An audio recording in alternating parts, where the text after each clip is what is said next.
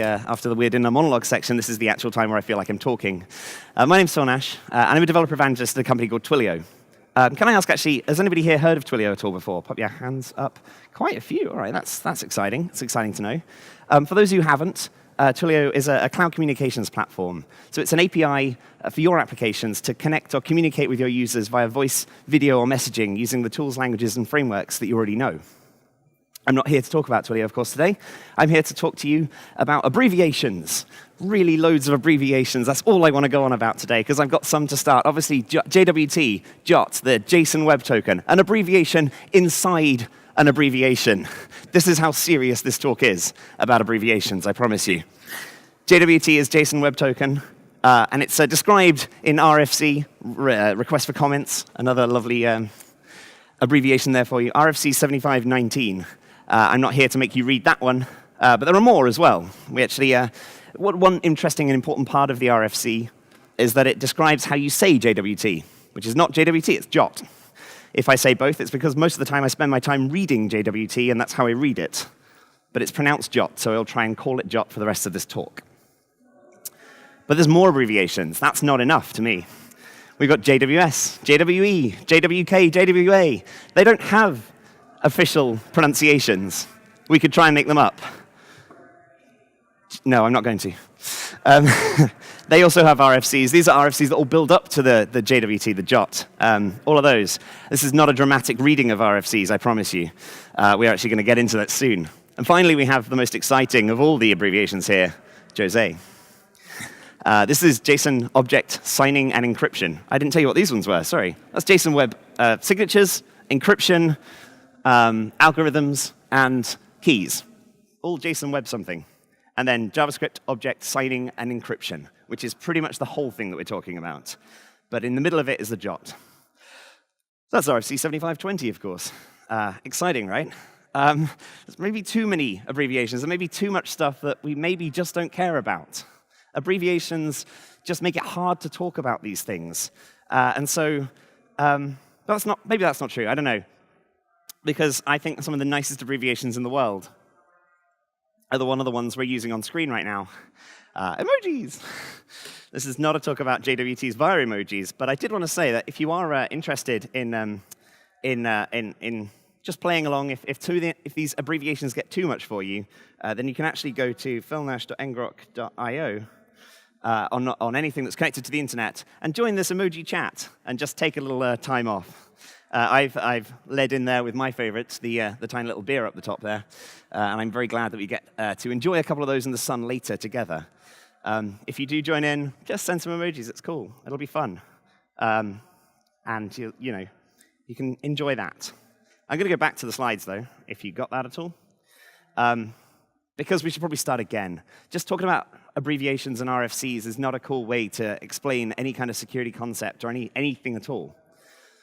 So, this sounds worse when you actually pronounce it JWT, but JWT, WTF. What I want to talk about with you this afternoon within this talk is about JWTs. And first of all, kind of an explanation of what they are. I'm kind of assuming that you are coming here to learn what JWTs are. Maybe if you've used them at all a little bit before, find out a bit more about them and how they work. So we'll start with what they are, then a bit on what you can use them for and what people do use them for out in the wild. Then we'll talk about how they work, and hopefully dig into a little bit of code to see how you can build and verify JWTs yourself, and you'll see what that means later.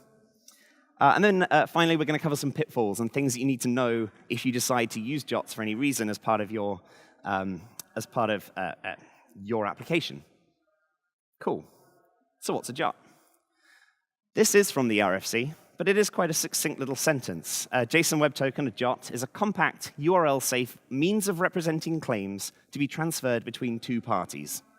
What this doesn't actually say, and it goes on later in the RFC to say, is that the important thing is you can verify these claims. It doesn't matter what the claims are, but if you have a JWT that is signed, and a JWT actually looks like this. I'll tell you this first. This is a JWT.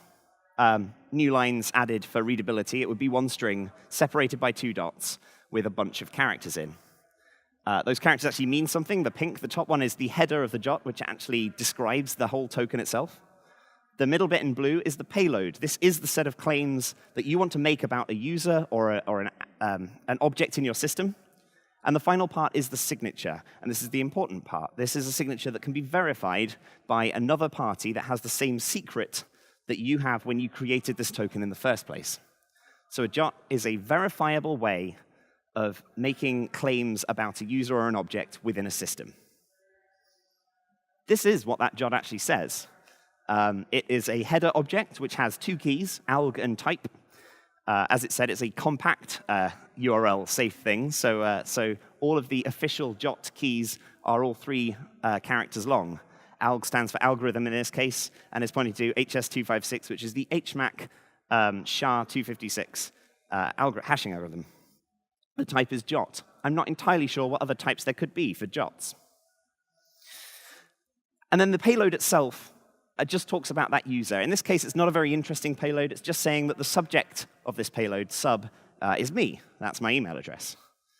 And the token, so what we can think about this as, this is a readable object. We can actually work out that header and that payload straight from the strings, and we'll see how later. Because the JWT is very much like a passport. It has a bunch of claims about it that claim something about the person that holds that passport. Their identity, their nationality, their ability to perhaps enter a country. It's readable by other people. If you were to take somebody else's passport, you can find all that data out about them. However, passports have that, are issued by a nation, in my case, by the Passport Office, the Home Office in the UK.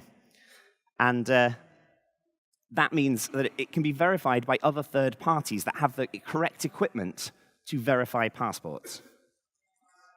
So people who work on the borders in other countries are able to check this, make sure it's a valid passport, and then they will believe all the things that the passport says about me when I hand it over.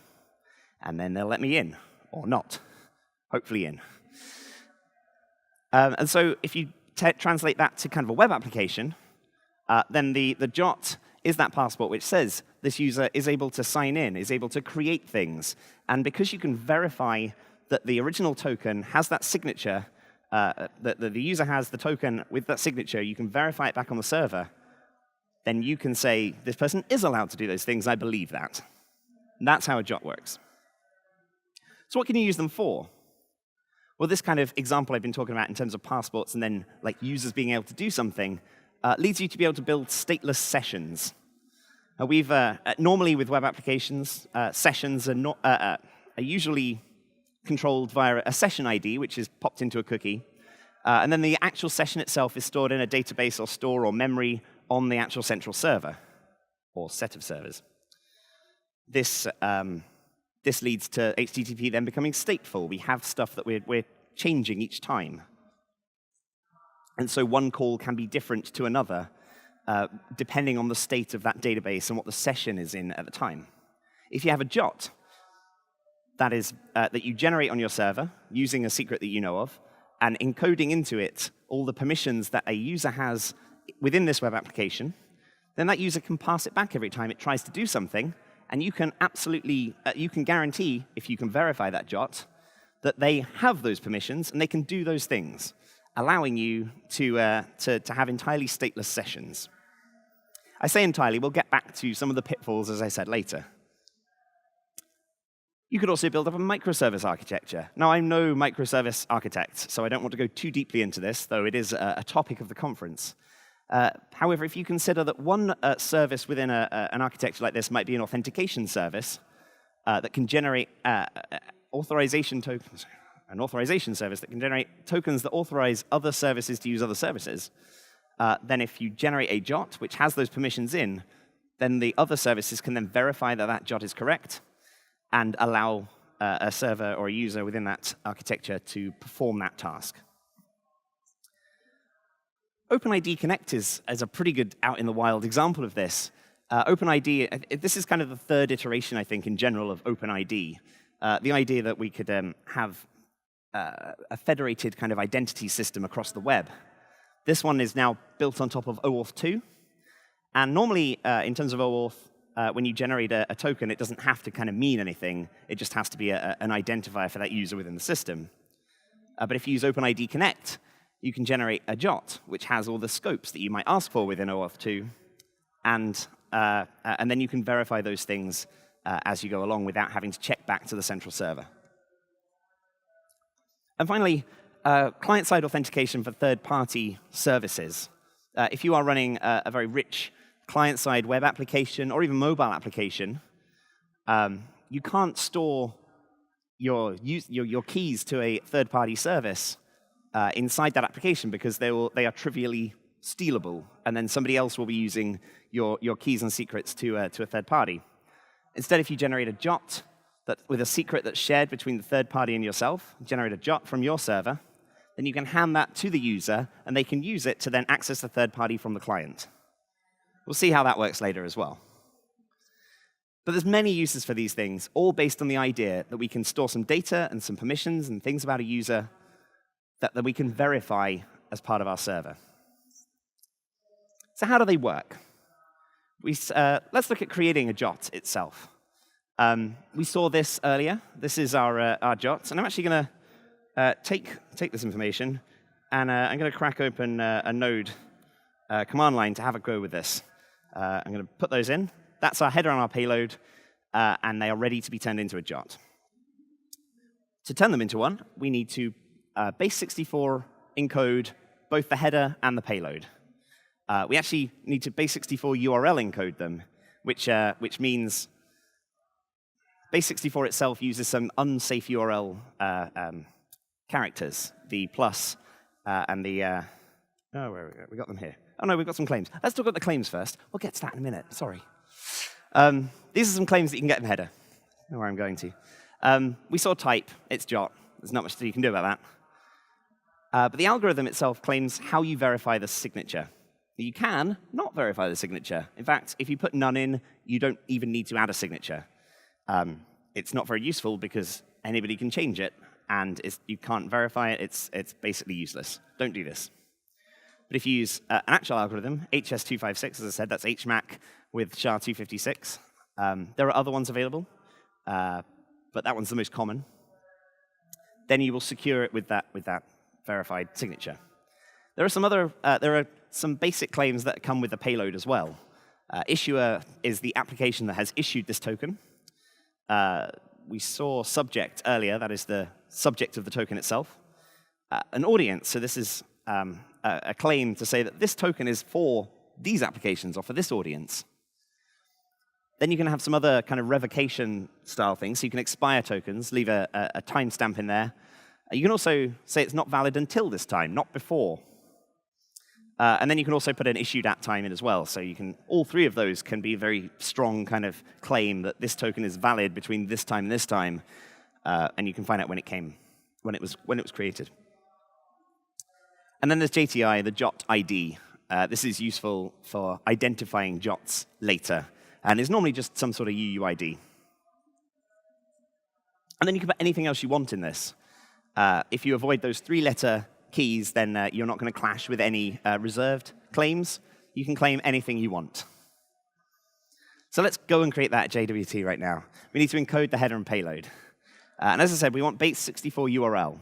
So instead of equals, plus, and slash, which base64 does come up with, we return that. We change that to, well, equals is just padding in base64, so we can remove it. And then we turn pluses to dashes and slashes to underscores. And we have a base64 URL encoded thing. So we can do that in Node. That's relatively straightforward. We can get our encoded header, is a buffer. So we can turn it to an array of bytes from the string of the token itself, and then turn that back into a string in base64. Now, I happen to know that this header doesn't have any unsafe URL characters in there, so that is the header. We can do the same for our payload, of course. If I just change that and that. I happen to know that this one does come with some equals at the end, some padding, so I'll just replace those as well. Take the equals out, all of them, and replace with nothing. So that's our encoded payload. That's all you have to do with these things. And then you need to sign the two, and this is where we come to our verification, our signature. We need to choose a secret for ourselves, normally something that's long and strong and random. I will be choosing the word secret because I'm uninteresting and unimaginative. Let's get ourselves a signature. First of all, we concatenate the header and the payload. So to be signed is equal to, we get the encoded header plus a dot, and then plus the encoded payload. And so that's the thing we're actually going to sign. And then to do so, we're going to grab hold of the node crypto library in this case. So if I just require that in. And this is probably something you have in most languages that you might want to do this with. Of course, I'm kind of showing you the nuts and bolts here. There are libraries which do that, which do all of this much easier. But first, we're going to create ourselves an HMAC by creating an HMAC. Using the algorithm that we're going to use, SHA-256, to hash that, and then our unsecretive secret, and then we update that using the string to be signed, and finally our signature is the digest of that, again in base 64 URL. Again, I know this one is going to come out with some equals in it, so I'll just get rid of those. And that's our signature. So if you look at the whole JWT entirely, we have the encoded header, the encoded payload, another dot, and the signature, and that's our JWT. Let's do that one more time. And hopefully you can recognize that from the slide. If we go back to there, that's the bits I just did. And as you can see, they both start with EYJ, both the header and the payload. That is base 64 for open curly brace, as you can imagine. And then our signature has come out here, L9VI, ending in PQDK. And that is correct, L9VI, PQDK. We have our signature. Cool. So now we can verify it. And you can imagine, we get hold of this string. I'm just going to remove all those things by exiting the REPL and starting again, and just making my JWT equal to that. And so this is where you get the JWT back as on your server. Somebody said, this is philnash@twilio.com, encrypted, signed with HS256. So you get that JWT, and straight up we can get our encoded header, encoded payload, and signature out of that. This is using a bit of cheeky ES 2015 destructuring here. If we just take JWT and split it on full stops. And then we can decode those headers. Like I said, this is the data is out in the open, so we can get our header back by JSON parsing the result of a new buffer made out of the encoded header, which we're going to say is in base 64, and turn it back to a string in ASCII. So that gets JSON parsed. No, it doesn't. Oh, there's no actual equals, of course. Let's try that again. That should work. So there's our header back again, and we can do the same for the payload.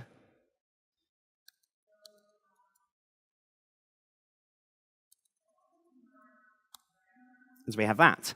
And so in order then to verify the signature, we actually just go through the process of taking the encoded header, a dot, and the encoded payload, and using our secret to create the signature again. And then we create the signature again, and we just do a secure compare on the two signatures.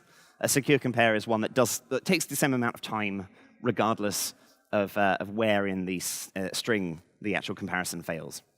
That means we can avoid timing attacks. So there's a playground that you can go and play with these things. You don't have to spend time in the node REPL there. And that's a different JWT. This is the one we made. This is at JWT.io. And as you can see, hopefully you can read that. We have our algorithm is H256. Type is JWT. We have the subject here. And down here, if I put in our secret that we used, the signature is verified. Woo! And obviously, this because this is a kind of cryptographic hash here, if we change anything anywhere, you can see that the signature itself just changes wildly. And that was changing the algorithm, so that confused the verification as well. I can add things to the subject here, which is going to change the payload. It's going to change the signature. But because we're always verifying and creating the secret the signature with the secret, then it continues to be verified. Let's get rid of that. Back to what we had in the first place. This is really useful to find out if you are creating JWTs. This is really useful for debugging them because it is just right there to use at JWT.io. So that's how we make and how we verify JWTs. Like I said, there are some pitfalls with these, things you need to know about the JWTs and how you use them that could cause you trouble. For example, and I've said it all along, the data is public. Do not store anything that is private for a user within a JWT that's just verified by signature. There are encrypted JWTs available, but that is a whole other world of encryption and something I don't think I'm exactly qualified to talk about. I recommend reading up on the JWE RFC if you are interested in that, and JWA, the algorithms one. The signing algorithm. As I said earlier, there is the ability to say that we are using HMAC 256, SHA-256, sorry. But you can say none. And if you pass this through as the header, the actual spec to the word, to the letter says that you are to take the algorithm from the header and use that to verify the actual entire payload. That would be wrong if you change it to none, because then you go, OK, that's fine. There is no need to verify. Everything's fine. So that was an attack vector. So always verify with the algorithm you expect to use. In fact, it is the case that if you are using this header, which is a very standard header with just the algorithm and the type, you can actually drop it entirely, because it will always look like that header that we created here. It will always look like that. So always verify with an expected algorithm. And then, as I said, you can actually do encryption of a JWT, and then you can actually nest JWTs inside JWTs. So you can sign an encrypted JWT. But all of this gets extremely complicated and is only really useful if you want to throw this private data around. It's maybe not the best use of these. In fact, probably opening yourself up to more attack. So we started with what you could use them for, and I want to go in a little bit more depth now, given these pitfalls that we have, and there's a couple more as well. I talked about stateless sessions, and this is an exciting prospect, the idea that we never have to store a session on our server. However, if you ever want to revoke a session, which is really easy if it's stored in a database on your server, then you can't if it's stateless. A JWT will live as long as its expiry time and not before times let it. However, the way around this is to store a bit of state. If you keep a database of blacklisted JWT IDs, that is the JTI claim inside the payload, then you can always check against that, so you can revoke tokens by ID. It does introduce state back in. Those tokens, those IDs only have to live as long as the expiry time on the JWTs. So it's a much smaller database which you can look after and will shrink over time rather than grow. There's also a question of storage and how you use JWTs within stateless sessions, and what kind of vulnerabilities they become, what vulnerabilities they then have. You can store JWTs in cookies as you would a session ID, but with a session ID or a JWT, it doesn't matter. You do, of course, you may come under a cross-site request forgery attack. So whatever way you're doing with this, you have to protect yourself from that. And of course, most major web frameworks will give you that kind of out the box these days. So just make sure you've got your CSRF protection in place. The alternative that some people talk about is local storage. This actually has two issues for me. It's vulnerable to cross-site scripting attacks, and it's hard, to pretty much to guarantee that you're not that XSS might happen to you. Escape everything, of course, but things can get past, so be careful of that. But it also, of course, requires JavaScript in order to store things into local storage and then to get it back out again and add it to normally to the authentication header as a bearer token. I would say use cookies if you're going to go for a stateless session like this, and just make sure you have that standard CSRF protection. In terms of microservice architecture, this one gets kind of interesting, because I talked about having an authentication server which generates tokens that other servers can then verify. Now, of course, if they did that via the method that I just went through using the same secret, then in fact any server can generate a token and say that any other server can use that. At this point, you can actually use a different algorithm, not HS256, but RS256. This is RSA, SSA, asymmetric asymmetric hashing. So we have a private key and a public key. In this case, the authentication server would sign the JWTs with their private key, and then all the other servers would have access to the public key to verify that this token very much came from the original authenticating server. This one comes with a little bit more difficulty because you have to generate your private and public keys. And this is where the JWT spec comes in, the JSON Web Keys spec comes in. So check that out if you're interested in those kind of things. There's not much more to say about OpenID Connect. I think it's pretty useful, and I really want to see it happen. I believe it exists in some OAuth 2 implementations, including GitHub, I believe. But I'm yet to actually test with that. But then finally, client-side auth for third-party services. This, I think, is an important one to know if you're that kind of application developer that is trying to use third-party services like that. And it's kind of why I brought in the nobody's chatted, or my internet connection's down. But if you are using something like a chat thing like that, oh, we'll blame my internet connection. That's cool. Not that. That's fine. Because this actually does use a token. It's better in Chrome.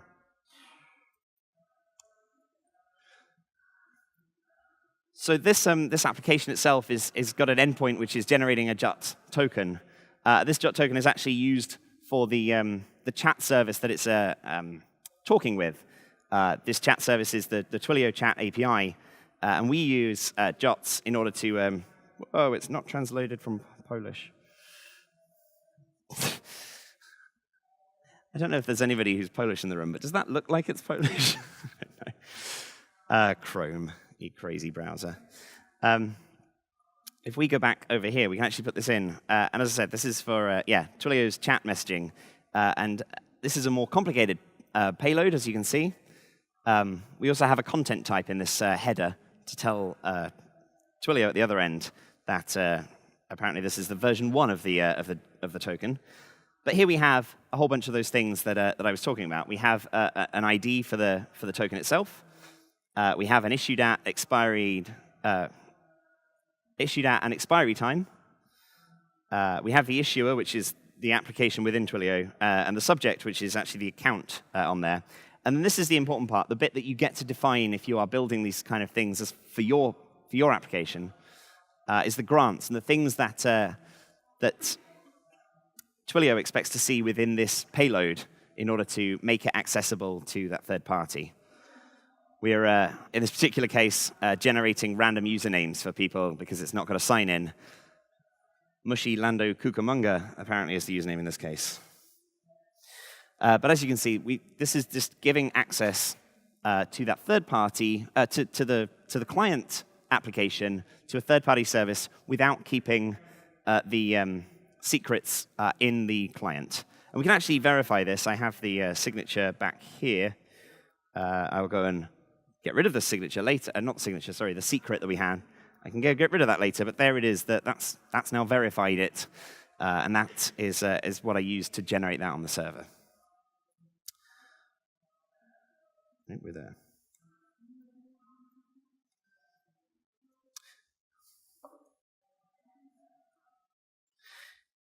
Cool. So hopefully you've kind of seen a bit of how a JWT works right now and what sort of things you can use it for. There are some great resources on this, and I will publish the slides later with all these links, as well as everything I've shared so far. As I said, JWT.io is a great resource and actually has a lot more articles and goes more into depth on all the various parts of this. There is a link to the RFC if you do fancy reading it. It's riveting, I swear. And then there's kind of 3 good ones on using it for sessions and whether you should, and how to use JWTs the right way for this. As I said, those are all links, and they'll be with the slides later. So that is JWT, WTF. Thank you very much for joining me here this afternoon to find out. Thank you.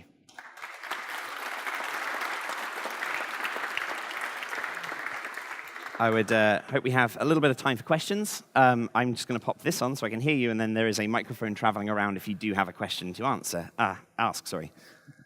Does anybody, oh, that's weird, I can hear myself. Does anybody have any questions?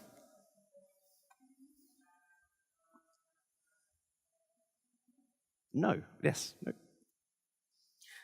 One right there in the middle, and one there as well. We'll get to you in a second. Thank you. Hey, thanks for the talk. Really interesting.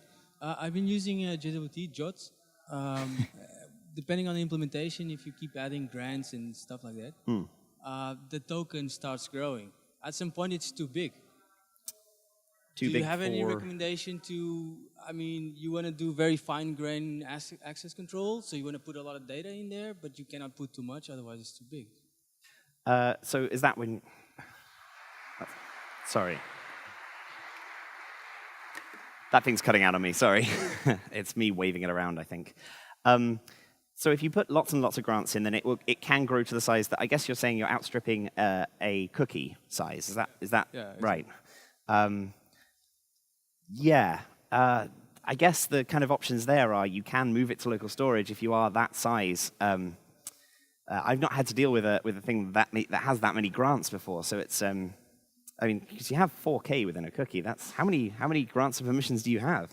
Yeah, I don't know. I just know I start handling it, and for certain customers with a lot of items that you do this really fine-grained access control. Yeah. They start to produce errors on the server, right? It's not even on the backend. It's just the HTTP server doesn't like it. That's mad. I don't have any suggestions off the top of my head for that right now. I'd love to talk to you a bit about afterwards, actually, because it's really interesting to see what how fine-grained you're getting with that. It's kind of really interesting. Yes, but I don't have anything right now that I could suggest. All right. But thank you. Well, thank you. We had a question over there as well. Oh, thank you. I hear myself in a different set of headphones now. This is.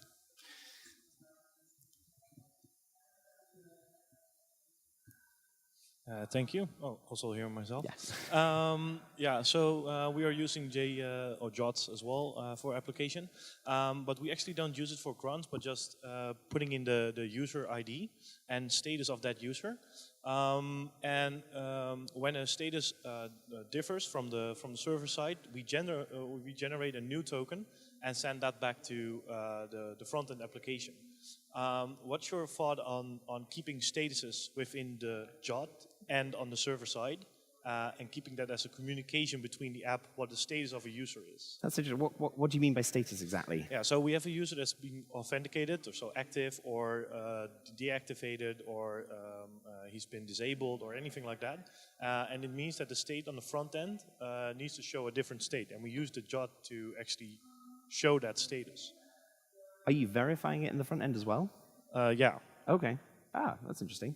Then that makes a lot of sense. The fact that you can pass those things back and forth. And then you're using a regular session ID to actually authenticate the user. Yeah, correct. Okay, yeah, no, I mean, that's a great usage for them. One of those things that, yeah, if other things I've seen, yeah, generally will change the JWT almost each time from interactions with the server, as long as it's sent back to the user and used again, that it is a very good way of, sending data that you don't want tampered with back to a client, or in fact to another server as well. That's a cool use case, actually. Nice. And another question is, how do you handle with expired tokens? So do you automatically refresh them as with the OAuth token you should do, or how do you handle that? So you can either handle it by, you can.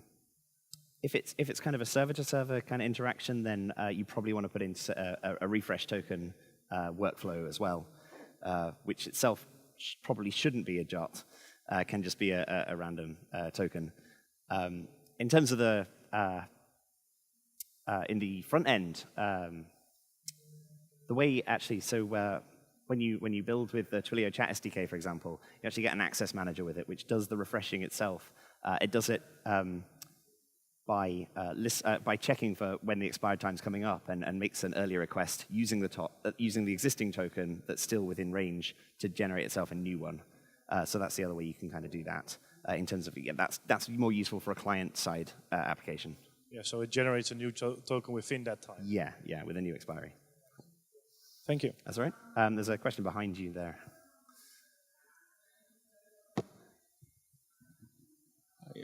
I was wondering whether anybody was using pseudo-random sequences to embed in JWT tokens to sort of to provide expiry mechanisms for sessions. So you just store the seed and then a pseudo-random next token has to be in the sequence, otherwise it's invalid token, and then the token is. I see. So that's kind of like a one-time use token thing. Yeah. So Yeah. You could do that. Absolutely. Of course, that. I guess that if you have to check about those in the existing server, so it still retains that idea of you have a state to look after in order to make sure that the next one's correct. So yeah, you can't ever really escape the little bit of state on the server, and that's I think why people go for these blacklist idea, because you only have to keep in the blacklist any currently active but revoked tokens, and you can move them out as they expire. So that seems like just a more straightforward way of doing it, but I don't know. Yeah, I mean you could use that kind of thing, but generating a new token every time, or it still requires that state to make sure that token's going to be valid. A second kind of validity exercise on it. So, any other questions at all?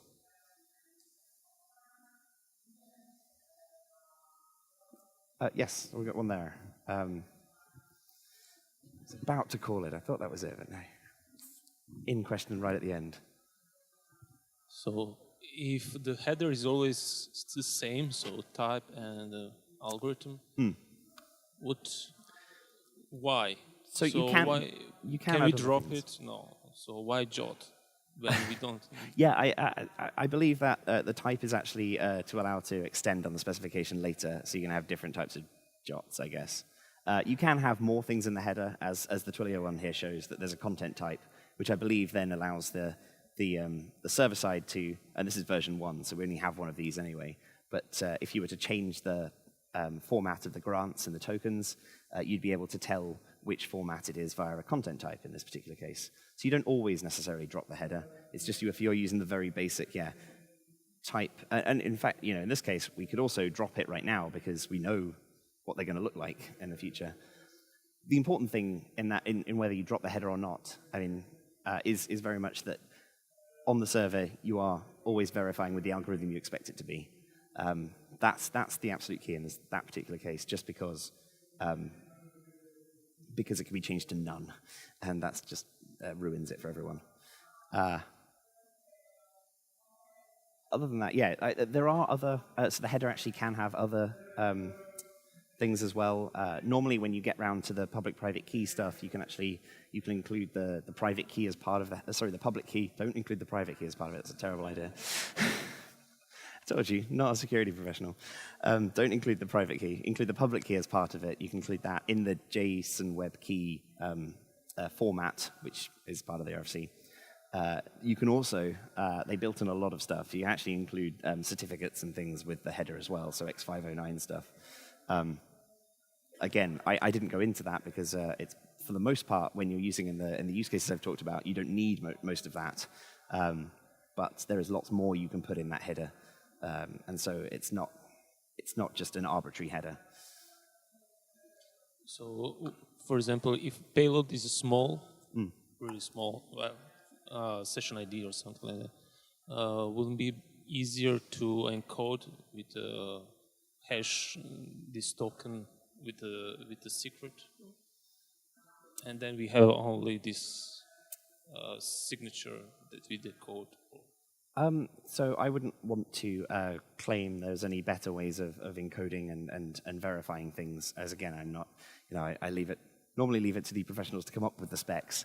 Professionals. I am a professional, I promise you. Just, I don't invent things like this. I ask because I don't know, so. No, I see. This is just the spec. There are other ways you can deal with this. There is, in fact, there's a different spec called a simple web token, which does, I think, probably answer that. The JWTs allow you to put any kind of nested JSON into the payload. Because if you have a very simple one, you can actually, then simple web token might be the way forward for you. If you like XML, then SAML is your friend.